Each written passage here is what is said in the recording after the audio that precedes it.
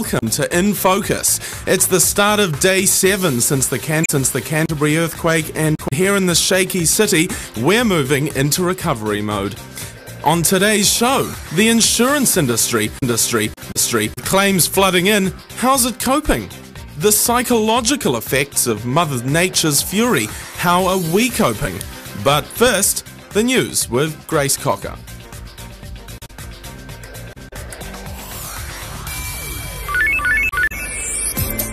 Keeping you up to date. Mode 96.1 News. Good afternoon, I'm Grace Cocker. People first, bricks second is the view of Christchurch Mayor Bob Parker. The City Council voted unanimously in an emergency meeting today to radically strengthen building rules. Mr Parker says safety has to be a priority, given what they now know after Saturday's quake. Bob Parker says the council has a duty to respond and it can't ignore what has happened.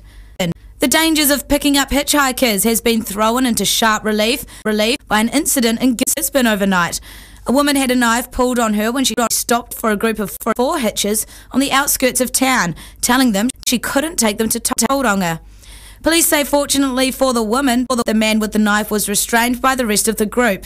A 21-year-old male has been arrested and charged with assault with a weapon. Steps are being taken to ensure all Aucklanders know how to vote in the upcoming Super City election. Election fact sheets have been translated into Māori, Arabic, Chinese, Korean, Samoan and Tongan.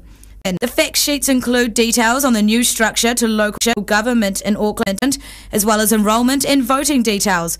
Voting packs for the Auckland Council election will arrive in mailboxes from the end of next week. There's confidence the government will adopt recommendations about the way sexual abuse victims receive treatment. Cutbacks to counselling last year created outrage and forced Minister Nick Smith to order a review. The Sensitive Claims Pathway Review Panel made 14 recommendations. Panel spokeswoman Barbara Disley says some changes have come into effect already. She says victims are entitled to 16 hours of treatment. That's to happen as quickly as possible. Dr Disley is displeased the panel's findings appear to have been taken seriously. Christchurch mayoral candidate Jim Anderton says he may consider resigning from Parliament if he wins the October 9 election. He'd previously vowed to stay on as Wigram MP until next year's general election. Some commentators say the earthquake shows why the mayoralty has to be a full-time role. Mr Anderton admits it needs consideration, but not now. He's been too busy since the quake, helping people in desperate need, and the first thought on everyone's mind has been to make sure they're alive. In sport, New Zealand hopes of reaching the second round at the FIFA Under-17 Women's World Cup in Trinidad and Tobago, after hanging by a thread in a 3-1 loss to European champions Spain. It's New Zealand's second straight defeat at the tournament, following a 2-1 loss to Venezuela. I'm Grace Cocker for Mode News.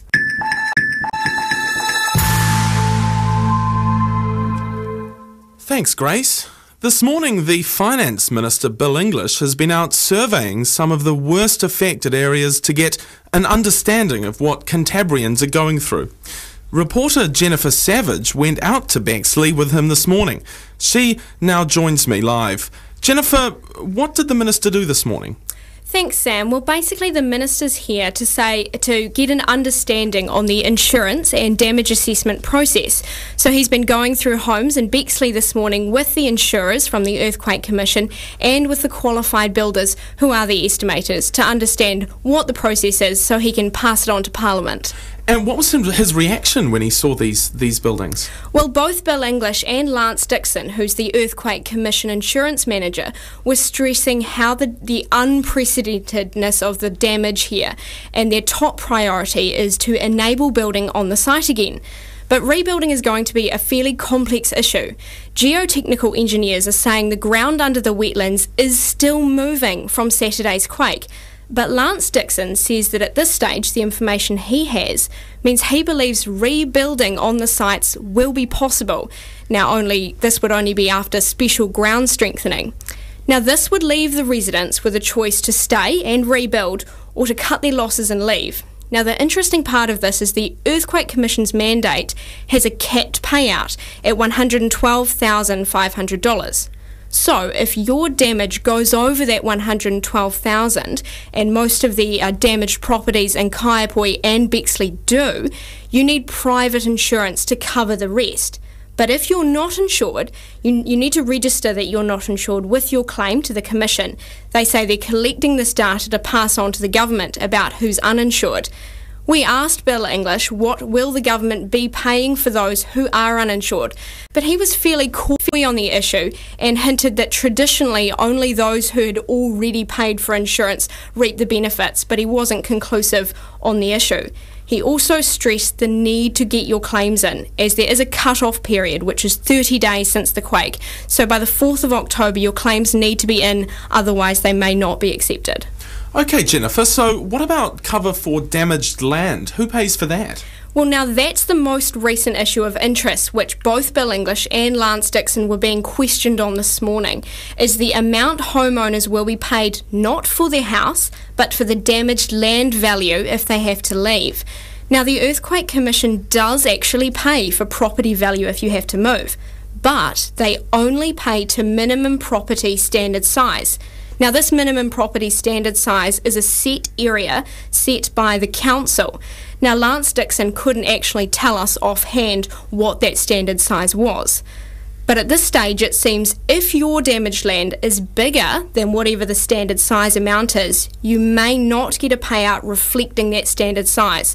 So this could indicate quite a significant potential financial loss for any residents in this position. But either way, details won't be clear until it's decided if the wetlands can even be built on again or should be. Thanks, Sam.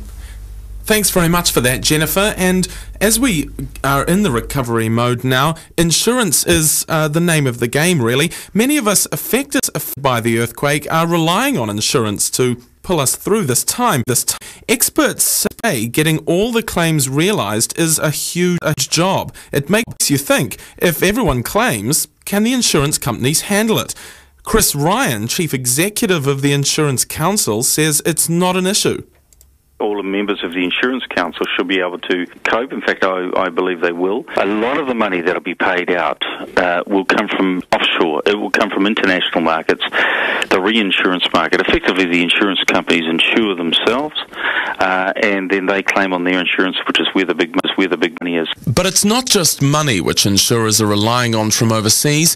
It's also expertise. So we're bringing in some specialist loss adjusters and assessors, people that can look at damaged property and be able to calculate how damaged it is and what will be involved in repairing it. A lot of those are coming from Australia, but also North America and Europe. So we're getting a wide range of expertise in, and a lot of those people are specialists in the earthquake damage area. He argues more hands on the job will make the handling of claims far more streamlined. I think the key thing will be just absorbing the sheer volume of claims coming through, being able to process them, and then being able to find tradespeople and materials to fix people's homes.